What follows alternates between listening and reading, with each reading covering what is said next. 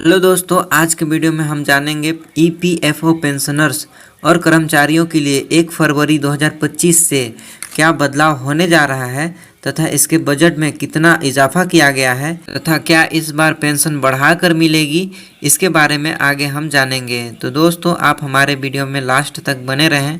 दोस्तों, 2025 के बजट में संभावित बदलाव हो सकते हैं।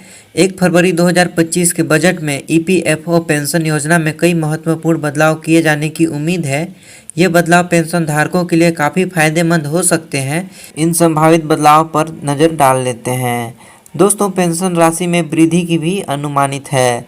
सबसे महत्वपूर्ण बदलाव जो अपेक्षित है वह है पेंशन की अधिकतम राशि में वृद्धि। वर्तमान में ईपीएफओ पेंशन योजना के तहत अधिकतम पेंशन 7,500 रुपये प्रति माह है। 2025 के इस बजट में सीमा को बढ़ाकर 10,000 रुपये या उससे भी अधिक किए जाने की संभावना है। दोस्तों, पेंशन फॉर्मूला में संशोधन। वर्तमान में पेंशन की गणना अंतिम 60 महीनों के औसत वेतन के आधार पर की जाती है। नए बजट में इस फॉर्मूले में बदलाव किए जाने की भी संभावना है। प्रस्तावित बदलाव के अनुसार पूरे सेवा काल के दौरान प्राप्त वेतन को पेंशन गणना में शामिल किया जा सकता है। यह बदलाव पेंशन राशि को और अधिक न्याय संगत बनाएगा। दोस्तों, इसके बाद है न्यूनतम सेवा अवधि में कमी। वर्तमान नियमों के अनुसार ईपीएफओ पेंशन के लिए पात्र होने के लिए कम से कम 10 वर्ष की आयु सेवा आवश्यक है। 2025 के बजट में इस अवधि को घटाकर 7 या 8 वर्ष किए जाने की संभावना है। तथा पेंशन अपडेशन मैकेनिज्म। एक अन्य महत्वपूर्ण बदलाव जो प्रस्तावित है वह है नियमित पेंशन अपडेशन मैकेनिज्म का निर्माण।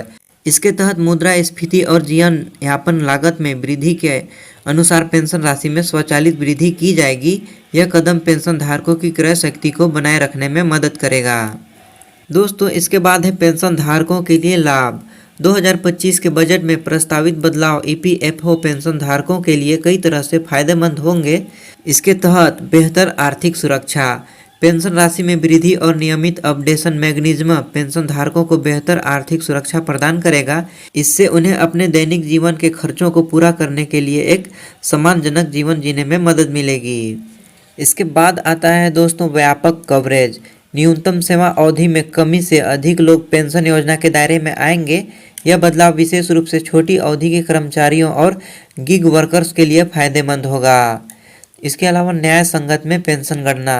पेंशन फॉर्मूला में संशोधन से पेंशन की गणना अधिक न्याय संगत होगी। यह बदलाव उन कर्मचारियों के लिए विशेष रूप से फायदेमंद होगा जिसका वेतन सेवा काल के दौरान धीरे धीरे बढ़ा है। इसके आगे है दोस्तों मुद्रास्फीति से सुरक्षा। नियमित पेंशन अपडेशन मैकेनिज्म पेंशन धारकों को मुद्रास्फीति के प्रभाव से सुरक्षा प्रदान करेगा।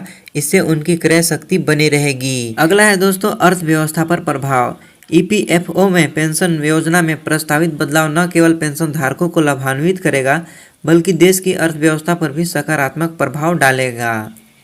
दोस्तों, उपभोक्ता में भी वृद्धि। पेंशन राशि में वृद्धि से पेंशन धारकों की क्रय शक्ति बढ़ेगी।